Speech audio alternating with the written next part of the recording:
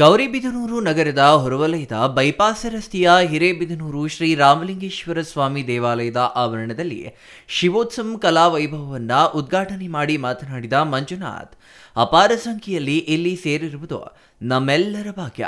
ನಮ್ಮ ಸನಾತನ ಸಂಸ್ಕೃತಿಯನ್ನು ಬಿಂಬಿಸುವ ಇಂದಿನ ಕಾರ್ಯಕ್ರಮ ಬಹಳ ವಿಶೇಷವಾಗಿದೆ. ನಮ್ಮ ದೇಶೀಯ ಸಂಸ್ಕೃತಿಯನ್ನು ಉಳಿಸಿ ಬೆಳೆಸಬೇಕಾಗಿರುವುದು ನಮ್ಮೆಲ್ಲರ ಕರ್ತವ್ಯ ಹಾಗೂ ಜವಾಬ್ದಾರಿಯಾಗಿದೆ. ಇಂತಹ ಧಾರ್ಮಿಕ ಕಾರ್ಯಕ್ರಮಗಳಲ್ಲಿ ಕಲೆ ಮತ್ತು ಕ್ರೀಡೆಗಳನ್ನು ಬಳಸುವುದರಿಂದ ಮನರಂಜನೆಯ ಜೊತೆಗೆ ಪರಸ್ಪರ ಹೊಂದಾಣಿಕೆ ಕಾಣಬಹುದು ಎಂದರು.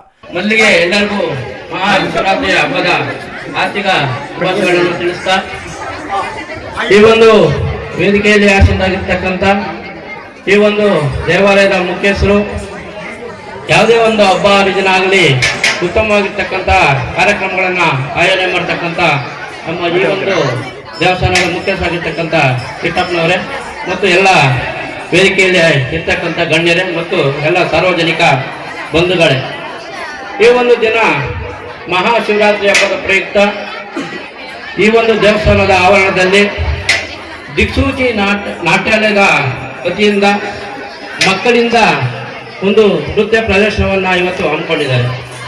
ಇವತ್ತಿನ ದಿನದಲ್ಲಿ ಮಹಾಶಿವರಾತ್ರಿ ಅಂತ ಹೆಸರು ಹೇಳಿ ಬೇರೆ ಬೇರೆ ಕಾರ್ಯಕ್ರಮಗಳನ್ನು ಮಾಡುವ ಮುಖಾಂತರ ಮನರಂಜನೆ ಮಾಡ್ತಕ್ಕಂಥ ಈ ಒಂದು ಕಾಲದ ಘಟ್ಟದಲ್ಲಿ ಇವತ್ತು ನಮ್ಮ ಕಿಟ್ಟಪ್ಪನವರು ದಿಕ್ಸೂಚಿ ನಾಟ್ಯಾಲಯದ ಮಕ್ಕಳಿಂದ ಈ ಒಂದು ಕಾರ್ಯಕ್ರಮ ಆಯೋಜನೆ ಮಾಡಿರೋದು ಒಂದು ಅರ್ಥಪೂರ್ಣ ಕಾರ್ಯಕ್ರಮ ನಾನಾದರೂ ಭಾವಿಸ್ತಾ ಇದು ಉತ್ತಮವಾಗಿರ್ತಕ್ಕಂಥ ಕಾರ್ಯಕ್ರಮ.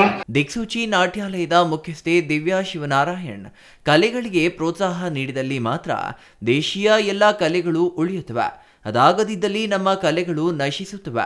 ಇಡೀ ವಿಶ್ವದಲ್ಲೇ ನಮ್ಮ ಭಾರತೀಯ ಕಲೆಗಳಿಗೆ ಹೆಚ್ಚಿನ ಮಹತ್ವ ಇದ್ದು ನಮ್ಮ ಕಲೆಗಳನ್ನು ನಾವೇ ಉಳಿಸಿ ಬೆಳೆಸಬೇಕು ಎಂದರು. ಶ್ರೀರಾಮಲಿಂಗೇಶ್ವರ ಸ್ವಾಮಿ ದೇವಾಲಯದ ಅಧ್ಯಕ್ಷ ಛತ್ರಂ ಕೃಷ್ಣಪ್ಪ ಮಾತನಾಡಿ, ಇಂತಹ ಕಾರ್ಯಕ್ರಮಗಳಿಗೆ ತಾವು ಸದಾ ಸಹಕರಿಸುವುದಾಗಿ ತಿಳಿಸಿದರು. R Manjunath, CTV news, Gauribidanur.